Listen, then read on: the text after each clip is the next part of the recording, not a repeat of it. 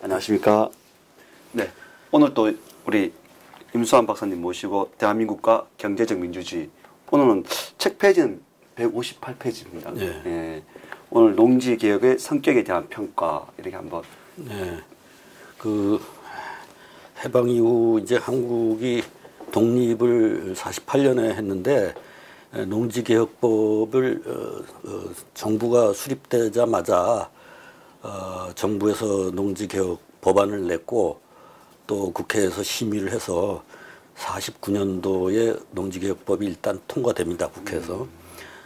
그 다음에 이제 그 농지개혁이 통과된 농지개혁법이 재정적으로 좀 불안정한 면이 있어서 곧 다시 그 개정안을 내서 50년도에 다시 개정안을 통과시켜서 50년도 안대로 이제 농지개혁 분배를 했습니다. 토지를 분배를. 그래서 이제 토지 분배 상황을 보면 해방 직후 남한의 토지 농지가 222만 6천 정보 중에 65%인 144만 7천 정보가 소작지로 분류되어 있습니다. 통계상.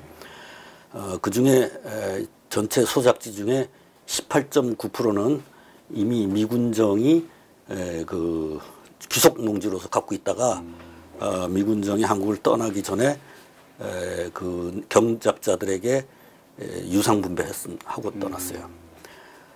그리고 나머지 소작지의 총 소작지의 18.9%는 그렇게 이제 미군정에 의해서 분배가 됐고, 그중 또 21%에 해당하는 30만 2천 정도는 농지개혁법에 의해서 재분배가 됐습니다. 그리고 나면 이제 49.2%가 남습니다. 71만 3천 정도가. 이것이 그러면 그대로 지주들의 땅으로 남아 있었느냐 하면 그게 아니고, 해방 이후 농지개혁법에 의한 농지 재분배가 이루어지기 전까지 그 기간 동안 지주와 소작인 사이에 계약에 의해서 처분이 됐어요. 그러니까 지주의 땅이 소작인에게 넘어갔다는 얘기죠. 물론 그 땅값을 치렀고. 그래 이렇게 해서 전체 농지의 뭐 한 8% 정도를 빼고는 다 이제 소작지가 없어졌고, 8% 중에서도 이제 뭐 이 분배 제외 법률에 의해서 소작지로서 합법화되어 있는 것들이 법률의 예외 정황으로 있었어요. 그게 뭐냐면 자연과수원이라든가 개간했던 땅, 자기가 개간한 땅, 그다음에 학교나 종교단체용 토지, 그다음에 농지, 그다음에 위토, 그러니까 저 우리 그 제사를 산소를 관리하는 사람들이 그 문중의 땅을 이제 소작짓죠. 그것도 이제 아주 적은 한계 내에서 그걸 허용을 했어요. 그래서 이제 사실상 소작 제도가 없어진 거죠. 그리고 당시 저렇게 했을 때, 법적으로 저렇게 했을 때 어떤 불만이라든지 그런 것들은 없었을까요? 갈등도 그게 좀 궁금은 합니다. 이렇게 그 이제 의회에서 그 농지개혁법을 심의하는 과정에서 한민당 쪽에서 그 토지의 보상, 그리고 배상, 그러니까 토지를 받은 소작인이 그 값을 치러야 되는 배상 가격을 쳐주는 거죠. 그 다음에 이제 정부가 토지를 이제 그 뭐랄까 빼앗긴 지주에게 해주는 보상을 평균 소출액의 38로 하자고 법률안을 내서 심의를 했어요. 그 38이면 이제 요즘 사람들은 할을 잘 모르니까 300%인데 그 제 책에도 지금 두 군데 이 할로 제가 원고를 해놓은 걸 그 젊은 그 교정자가 그걸 프로로 바꿔놓은 부분이 몇 군데 있습니다. 네. 그건 그 교정이 잘못된 거라서 제가 사과를 드리겠습니다. 아, 네. 거기 그 38, 뭐 15할 돼 있는 거, 30%, 15% 돼 있는 건 300%, 150%라는 뜻이죠. 사실 그랬어야 네, 되는 건데 네, 네. 아마 161페이지하고 164페이지로 알고 기억이 나는데 네. 어쨌든 네. 그런 안이 나왔었는데 네. 미군정이 귀속농지를 매각할 때도 38로 했어요. 가격을. 그러니까 3년치 생산량이죠. 네. 3년치 세일즈 볼륨이라고 보면 돼요. 판매량이라고. 예. 그랬는데 이것을 국회 심의 과정에서 한민당의 안이 부결이 되고 15할로 결정이 났어요. 네. 그러니까 절반으로 깎인 거예요. 그래서 15할로 됐으니까 소작인의 경우 입장에서는 싸게 사는 게 됐고 지주의 입장에서는 헐값에 넘겼으니까 재산을 많이 손해를 본 그런 셈이에요. 지주층에서 좀 반발도 하고 그런 거죠. 그 지주층에서는 이제 원래 자기네 계획이 관철이 안 됐으니까 뭐 불만이 있었죠. 그렇다고 해서 그러니까 이제 이렇게 해서 그것을 가지고 그 이후에 농경제학자들이 지주층들이 반발을 해서 토지 개혁이 지연됐고 그 사이에 지주들이 이 소장인들한테 땅을 강매해서 이익을 봤다. 이런 식으로 이제 많이 주장을 했어요. 농경제학자들이. 그래서 이제 이승만 대통령이 그 주도했던 그 농지개혁에 대한 그런 불만이 학계의 이론으로 학자들에 의해서 많이 발표가 된 셈이죠. 뭐 우리가 정확하게 조사는 안 해봤지만 많은 학자들은 외정 때 공부한 사람들이니까 지주집 자식이 아니면 그 공부를 할 수 없었지 않았겠어요? 네, 맞습니다. 배경이. 사회적 배경이. 그랬는데 이제 70년대에 들어와서 정부기관에서 그걸 다시 그 옛날 문서를 정리해서 다시 평가를 해보니까 이 한민당 사람들이 주로 지주 출신들이 많죠. 국회의원들이. 근데 38을 주장하긴 했지만 농지개혁을 하지 말자고 주장한 적이 없다 이거예요. 한민당 사람들도. 거긴 반대하지 않았다 이거예요. 농지개혁을 한다는 것에 대해서는. 물론 자기네 재산상의 손해를 본다는 걸 알지만 이거는 국가를 세우는데 공화국을 세우는데 필요한 일이다. 그래서 자기네들이 기꺼이 이거는 감수해야 될 일이라고 생각을 해서 반대하지는 않았다는 게 중요하고. 그 다음에 38이냐 15할이냐라는 문제인데 그럼 38이 너무 터무니없이 비싼 가격이냐. 그거는 그 당시에 신한공사의 그 사장을 했던 마이클 미첼스. 그 사람이 그 미국에 가서 이제 박사학위 논문을 썼는데 영어로 거기에 보면 자기네들이 귀속농지 매각 가격을 38로 한 이유는 그 당시 시장 가격이 그랬다. 그렇게 얘기를 하고 있어요. 시장 가격이. 그러니까 미군정이 농지개혁을 그러니까 미군정 시대 농지개혁법을 한번 만들었잖아요. 그것도 또 그때도 38로 했어요. 그리고 처분할 때도 38로 처분했는데 이 사람들은 자유주의적인 철학을 가지고 추진한 거예요. 농지개혁을. 그래서 자유주의적인 관점에서는 지주의 재산을 무단히 박탈해서 소작인에게 줘야 된다고 생각하지 않아요, 이 사람은. 그렇죠, 당연하죠. 네. 정당한 가격을 쳐줘야 된다고 생각한다고. 네.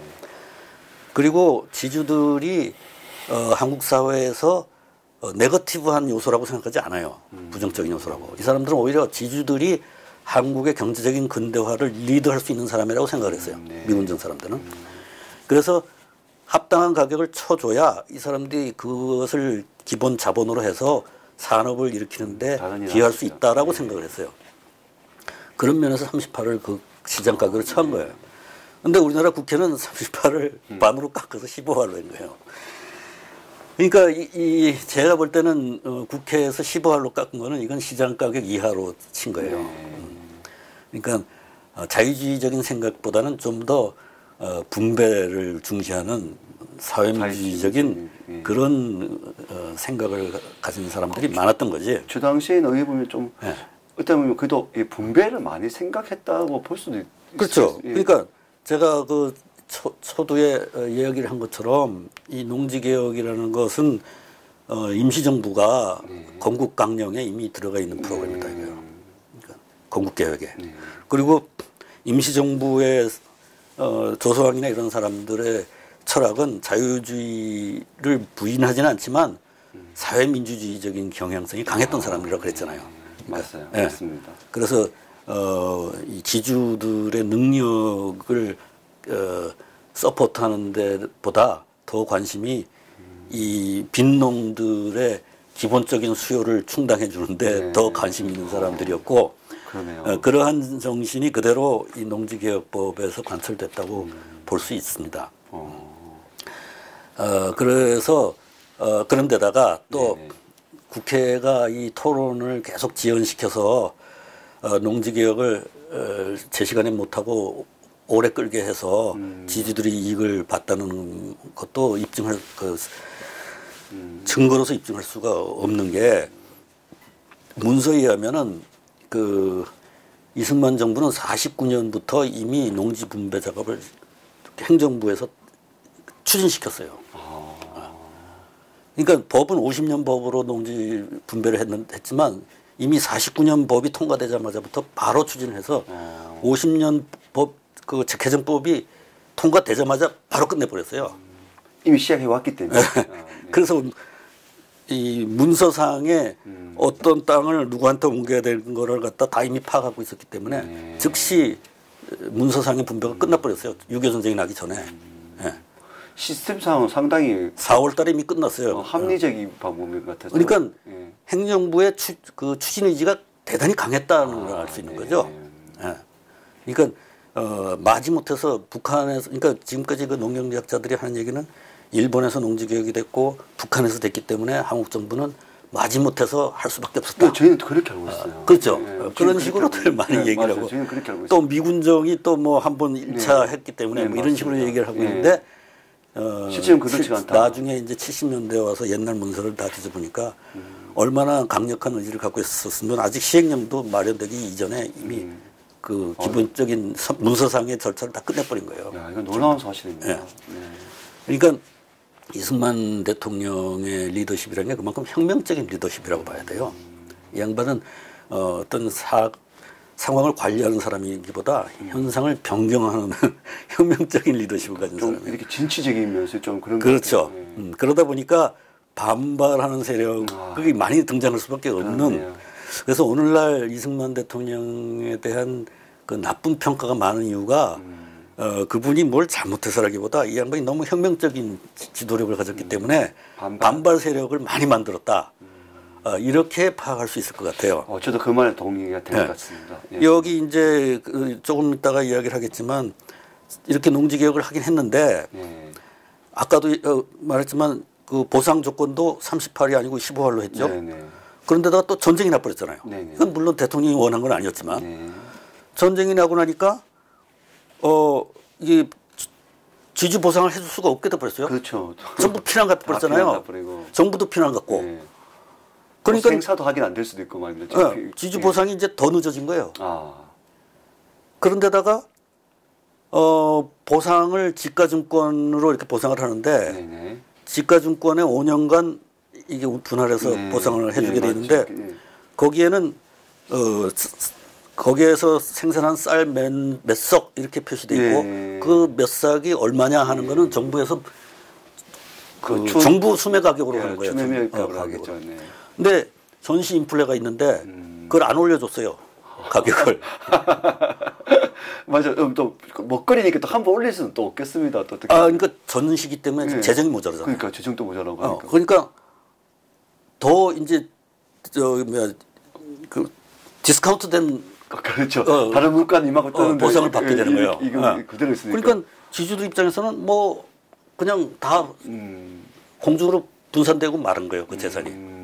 보상받았지만 아주 명목적인 보상을 받았고 전시에 다 피난지에서 먹고 살아야 되기 때문에 그걸로 뭐 식량 사다가 가족들하고 먹고 살아남는 걸로 끝낸 거예요. 그러니까 그렇게 해서 우리나라의 지주계급이라는 거는 수천 년을 내려오던 그 지주계급이 한순간에 전쟁이 일어나서 네, 공중분해돼 버렸어요. 네. 네. 그렇게 말씀 듣고 그런. 예. 그러면 그 공중분해된 그 지주계급이 그 사람들이 다 자손들이 교육받은 사람들이라고. 네. 네? 그 외정 때 그 누가 그럼 대학을 나올 수 있었겠어요? 맞습니다. 그 사람들이 자손들이 나왔지. 그 사람들이 신문 기자도 하고 대학 교수도 하고 다 한 거 아니에요? 사회 곳곳에 학교 선생도 하고. 그 사람들이 맨날 불만만 이제 나오는 거죠. 이제 그렇게 볼 수 있는 거지. 그러니까 거기서 아마 그 나온 것 같아요. 예전에 우리 집에 금돼지 있었어. 뭐 금송아지 있었어. 그렇지. 항상 과거 얘기를 하면서 내가 지금은 이렇게 학구방에 살지만 나는 원래 뼈대 있는가 뭐냐 이러면서 이제 그런 이제 사회적인 현상이 벌어졌다고 볼 수 있죠. 맞습니다. 그러니까 충분히. 게다가 이 보상을 전쟁이 끝나고도 몇 년 더 지나서 1955년에도 지주 보상이 49.8%밖에 안 된 거예요. 이렇게 지연시켰어요. 예. 하기 전에 163페이지입니다. 163페이지 보면 우리가 이게 보면 지금 10% 5년 분할, 15% 5년 분할 이게 아니고 300% 15%를 정정하도록 하겠습니다. 거기 15%는 150%고, 네, 150%고 30%는 300%고. 그렇죠. 그걸 수정. 그렇다면 할로 바꾸든지. 네.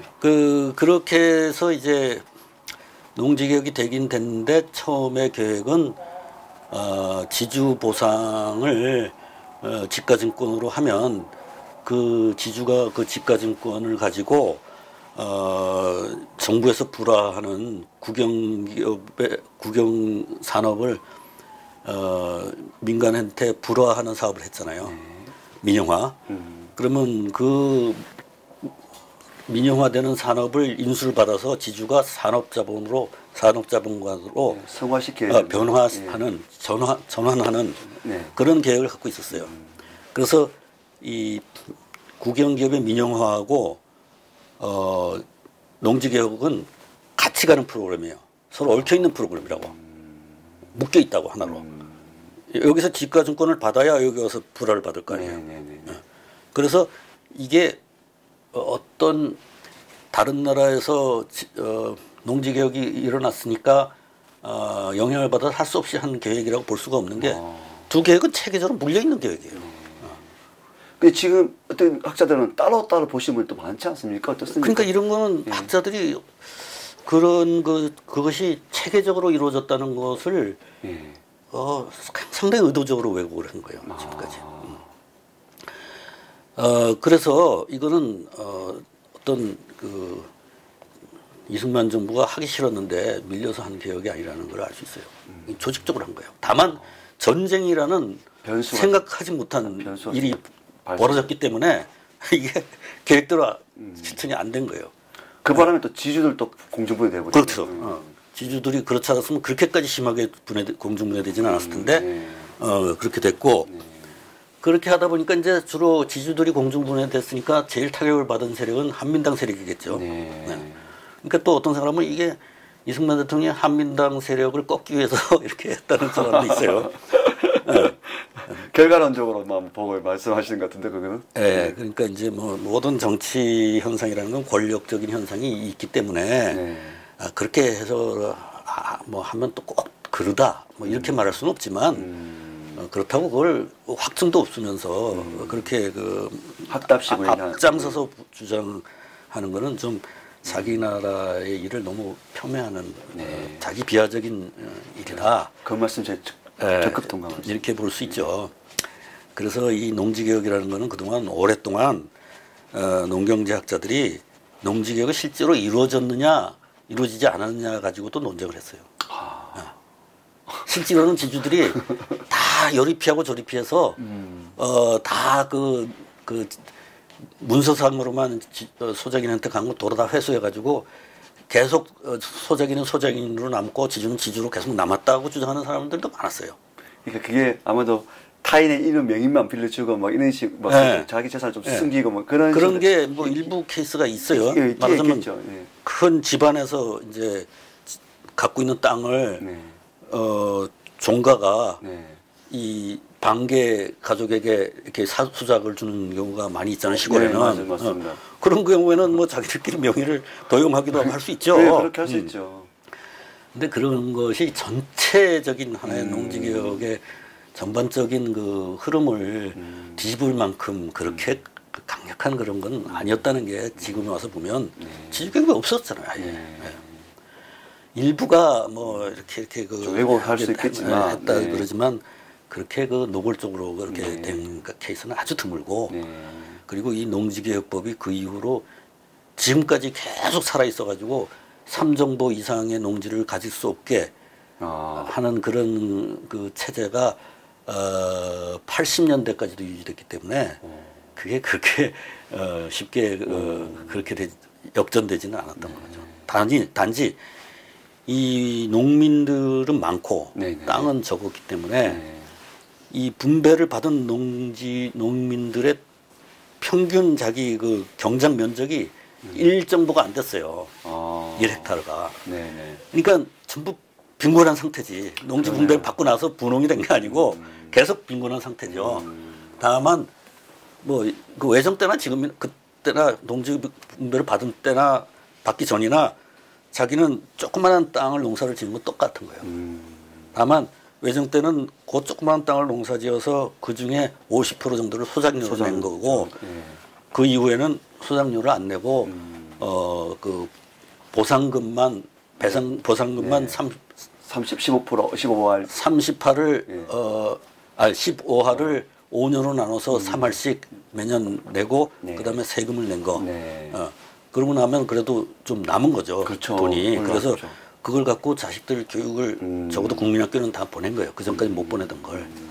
그래서 이제 문맹 퇴치가 되고 기본적인 국민들의 교육 수준이 뭐 지주의 자식이건 소작인의 자식이건 기본적인 교육 수준이 다 올라간 거죠.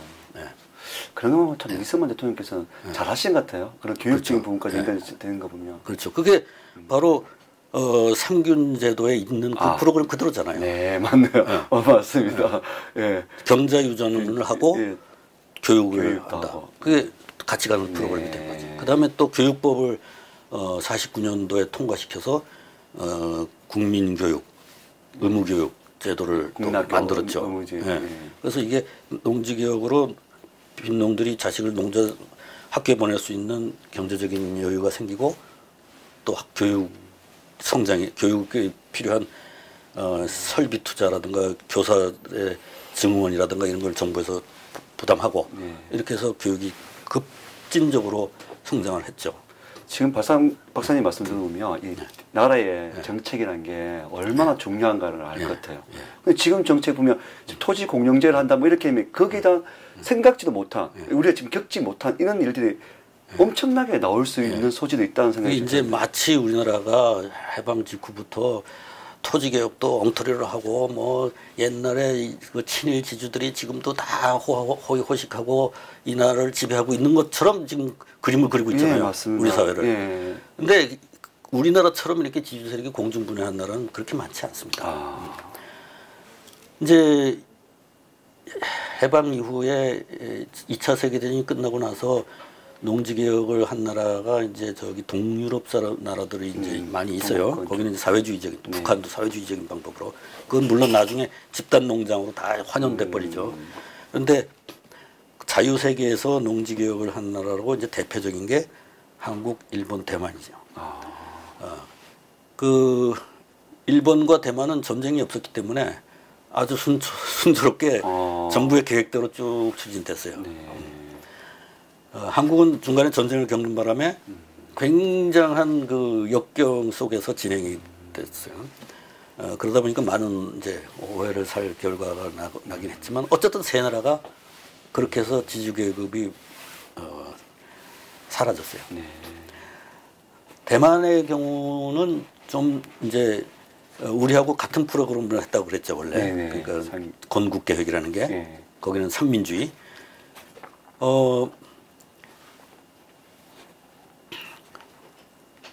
근데 그 대만의 경우는 일당 독재였어요. 일당 독재. 아, 당에서 국민당의 일당 독재라고. 네. 거기는 레닌의 지도를 받았고 국민당이 일당 독재하는 나라를 체제를 가지고 있었어요. 그래서 정치적으로 위에서부터 그냥 계획을 세우면 계획대로 된 거예요. 일괄적으로 딱 눌러버리니까. 네. 아, 네네. 우리는 임시정부 때부터 일당 독재가 아니었어요. 우리 임시정부 때부터 복수정당이 존재했어요.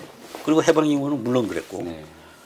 그래서 우리는 이 같은 정책을 시행을 할 때도 좀 더 시끄럽고 우여곡절이 많고 비판이 많고 이런 시스템을 갖고 있었어요. 참 그게 빼내면 잘 가져왔으면 오늘날 우리 참 대한민국의 정치 문화가 엄청나게 세련되고 좋았을 거라는 생각도 지금 듭니다.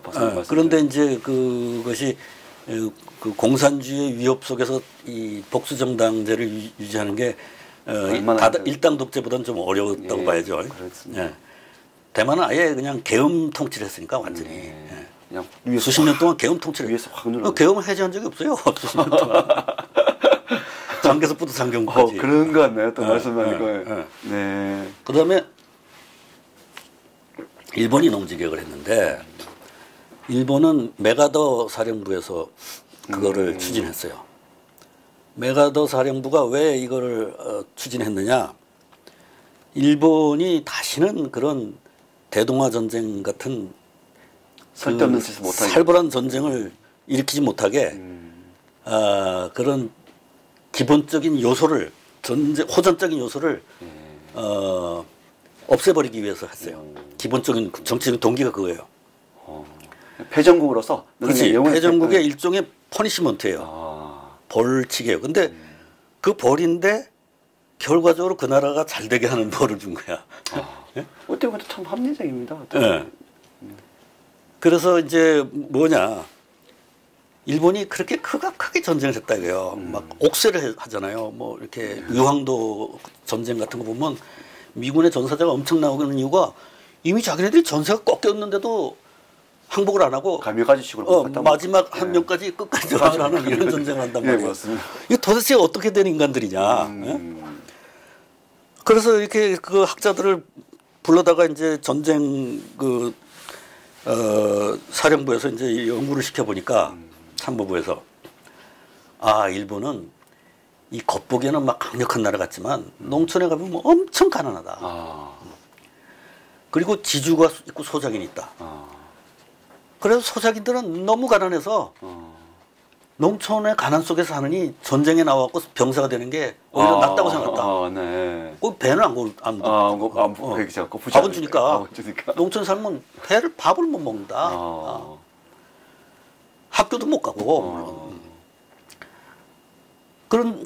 그렇게 이제 농촌이 가난하다 보니까 이 농업에서 나오는 생산의 가치는 지주가 다 가져간다. 지주가 생산 잉여를. 이 지주는 그 돈을 다 저축액이 많은 거 아니야? 네, 맞죠. 그걸 도시 산업에다 투자한다 이거야. 그러니까 도시 산업은 자꾸 발전한다 이거야. 근데 도시 산업에서 물건을 생산해도 살 사람이 없다 이거야. 그렇죠. 소작인들이 가난하기 때문에. 그러니까. 소비 구매력이 없어. 구매력이. 그러니까 해외 시장을 찾아야 돼. 그러다 보니까 자꾸 식민지를 팽창한다 이거 식민지를. 이런 점은 딱 맞 떨어집니다. 이렇게 생각을 한 거야 이 사람들이 학자들이. 그래서 해외 식민지를 개척을 해서 해외에다가 이제 자기네 물건을 생산품을 수출해야 된다. 그래서 지주들이나 자본가들은 이 군국주의 전쟁에 찬동을 한다 이거야. 그게 옳은 길이라고 생각했다 이거야. 그리고 소작인들도 이게 뭐 자기네들은 이게 또 정부에서 선전하기를 너희들이 가난한 건 우리가 너희들을 착취해서 그런 게 아니고 우리 땅이 너무 좋아서 가난한 거다. 그러니까 해외 식민지를 개척하면 땅이 넓어지면 니네들이 지금보다 부여질 수 있다. 이렇게 이제 가르친 거예요. 그러니까 소작인들도 거기에 속아가지고 이 전쟁을 해갖고 일본의 영광을 위해서 내가 죽어도 이게 나와 나라를 위한 길이다. 뭐 이렇게 생각했다 이거예요. 그래서 이걸 끊으려면 농촌의 지주 소작자를 없애야 된다. 그래서 지주 소작자를 제거하기로 마음먹은 거예요. 그게 전쟁 중에 그러한 계획이 입안돼서 보관하고 있었어요. 전후에 일본을 어떻게 통치할 거냐에 대해서 두세 가지의 계획을 갖고 있었는데 그중에 하나는 그거였어요. 그러니까 두세 가지 계획 중에 하나는 일본을 산업을 완전히 없애버린다. 그래서 농업 국가로 만든다. 그러면 전쟁을 못하지 않느냐. 그렇죠. 배를 조선 산업을 없앤다. 섬나라니까 그러면 전쟁을 못한다. 이런 계획도 있었고. 그렇지 않으면 이제 일본이 더 이상 무역을 못하게 한다. 뭐 이런 계획도 있었고. 그러니까 일본한테 진짜 일본을 나쁘게 하는 징벌 계획이 있었어요. 편의점 좀 엄청나게 줄 수 있는 것들이 많았단 말씀이시죠. 일본은 완전히 절단 나라였어요. 근데 그 세 번째 계획, 가장 일본에게 일본을 좋게 개혁할 수 있는 그 지주제를 그 안을 메가도 사령부가 채택을 한 거예요. 올라온 안건 중에 여안 중에. 그래가지고 그걸 실시를 했어요. 그렇게 되니까 일본의 전후 부흥이 저렇게 모두에게 좋은 방향으로 일어날 수 있는 기초를 만들어준 거죠. 이렇게 뭐 복받은 그렇게 말씀 또 들으니까 지금 뭐 사람들이 우리 지금 트럼프 대통령 욕하고 있고 막 그러지 않습니까? 어쩌면 그런 보관을 다 가지고 있는지 모르겠습니다. 예를 대한민국이 어떻게 되었을 때 어떻게 1, 2, 3, 4 그러니까 우리는 모르지만 지금 트럼프 대통령이 자꾸 북한에게 너희들한테 번영의 길을 열어줄 거다. 핵을 포기하면 너희들을 좋게 만들어준다. 남한만큼 훌륭한 나라가 될 수 있게 우리가 도와주겠다. 하는 말은 일본의 경험을 가지고 하는 얘기야 지금. 그렇죠. 그러니까 일본에서 말하자면 벌칙을 줬는데 그 벌칙을 전쟁은 하지 않아도 번영할 수 있는 벌칙을 준 거예요. 북한에도 그렇게 해야겠다 이거죠. 핵을 포기해서 전쟁을 안 하면 전쟁 의지만 포기를 하면 경제적으로 번영하게 해주겠다. 이 얘기를 트럼프가 하는 얘기는 일본에서 이미 경험이 있기 때문에 하는 얘기예요. 근데 김정은은 지금 입장에서 그렇게 되면 체제가 붕괴될 거니까. 그렇지. 내가 그러면 그러면 그렇게 되면 내가 말하자면 세습 독재 권력으로서 난 뭐가 되냐 그러면. 그렇죠. 그러면 북한이 일본처럼 민주화가 돼야 되는데 그러면 나는 어디 가서 뭘 하란 말이냐. 망명 가야 되는지 뭐. 그러니까 트럼프가 시큐리티 개런티를 해주겠다. 이렇게 하는 얘기는 네가 안전하게 너의 생명을 보장해 주겠다 이런 얘기예요. 그렇죠. 지금 현재 그 체제를 보장해 주겠다는 소리가 아니에요. 그렇죠. 트럼프는. 맞습니다. 나도 4년 임기로 지금 대통령을 하고 만약에 재선이 돼도 8년이면 나도 물러난다. 한국 대통령도 5년이면 물러난다. 일본 수상도 전쟁에 지금 물러난다. 너도 임기만큼 하고 정권 교체가 될 때 평화적으로 물러나면 되지 않나 이 얘기예요 지금. 그리고 직설적으로 안 해서 그렇지. 돌려서 얘기했을 그렇죠. 그 사람들이 볼 땐 그게 당연한 거니까. 누가 그쪽 사고 많이 지금 말씀. 권력에 평생 있는 것 자체가 정의롭지 않은 일이니까 국민들을 위해서 국민들을 위해서 해야 될 거 아니야. 이 얘기예요. 그런데 거기에 대해서 지금 뭐 여러 가지 찐득이를 붙으면서 체제 보장을 안 해주고 뭐 종전선언을 안 해주고 CBID만 요구하는 강도적인 짓이다. 이건 굉장히 악의적인 인간들이 하는 짓이에요. 그렇죠. 맞습니다. 지금 솔직히 지금 그러니까 이 아저씨가 좀 그러고 있지 않습니까? 저 달 아저씨가. 그렇지. 국민들의 희생 위해서 자기 권력을 영원히 누리겠다 이거예요. 그리고 그런 권력을 도와주겠다는 자들이 지금 남한에 있고. 이게 이제 그 전체적인 동아시아 역사의 맥락에서 보면 트럼프의 이야기는 그런 뜻이에요. 그렇다고 해서 트럼프가 지금 자기 뜻대로 이렇게 요리를 하고 있는 것 같아 보이진 않지만 그 사람들의 기본적인 동기는 이거다 이거예요. 그 마인드도 그렇고. 그렇죠. 그래서 그 패전국에게 그 이전까지는 항상 승전국이 굉장히 무거운 전쟁 배상금을 물려서 완전히 절단을 내는 그런 국제적인 관례였는데 미국이 독일이나 일본한테 그걸 안 했잖아요. 안 하고 개혁을 시켜서 전쟁을 하지 않고 번영하도록 만들어줬는데 그게 미국이 2차 세계대전 이후의 질서를 이렇게 이끌면서 리더십을 인정받는 아주 대표적인 선의에 의한 정책이라고 볼 수 있죠. 그런데 그러한 바탕 위에서 북한에게 그런 이야기를 하는 거죠. 그래서 이제 어쨌든 그거는 이제 일본은 그런 동기로 농지개혁이 된 거고 한국과 대만은 이전 시간에 얘기했듯이 그런 동기가 아니고 말하자면 농촌을 착취하는 근대화를 하지 않고 그 빈농들의 기본적인 생활을 보장하는 토대 위에서 근대화를 한다, 산업화를 한다. 그래서 농촌을 착취하지 않기 때문에 그 투자 기금이 없으니까 국제 협력으로 외자를 도입해서 한다. 이런 큰 계획하에 한 게 한국과 대만의 농지개혁이다. 그런데 이걸 가지고 한국의 근대화를 뭐라 그래요? 사대주의다, 무슨 제국주의 주구다 이런 식으로 비난을 하는 그 이론이 한국 사회에 팽배하잖아요. 비일비재하잖아요. 그러면서 북한의 그 자주 이런 것이 민족 주체성 이런 것이 부각되고 있고 말입니다. 그게 참 영광스럽고 민족적인 자존심에 맞다 이렇게 얘기를 하는데 그거는 비참한 길이에요. 농촌을 착취해야 되니까. 지금 보세요. 어떻게 돼 있나 북한이. 그 비참한 착취를 막기 위해서 우리는 이런 길을 갖고 그러한 구상을 이미 40년대에 해서 문서화해 놓은 거 아니에요. 그리고 그대로 우리가 가고. 그래서 이런 전체적인 그 트리를 가지고 우리가 한 것이지 해방 이후에 막 갑자기 나라가 독립해서 우왕좌왕하면서 한 게 아니라는 얘기를 저는 하는 거예요. 그렇게 보면 지금 그 추미애 의원이 지금 얘기하고 있는 토지공영제는 상당히 위험한 발상인 것 같아요. 그러니까 그 사람들은 지금 북한에서 그리는 한국을 자기네 그림이라고 생각하는 거예요. 너희들은 식민지 아니냐, 미제 식민지 아니냐. 농지개혁 너희들 미제가 시켜서 하는 척만 하다 말았지 않느냐. 너희들 산업화 다 미제가 도와줘서 한 거 아니냐. 이런 식으로 이제 얘기하는 거죠.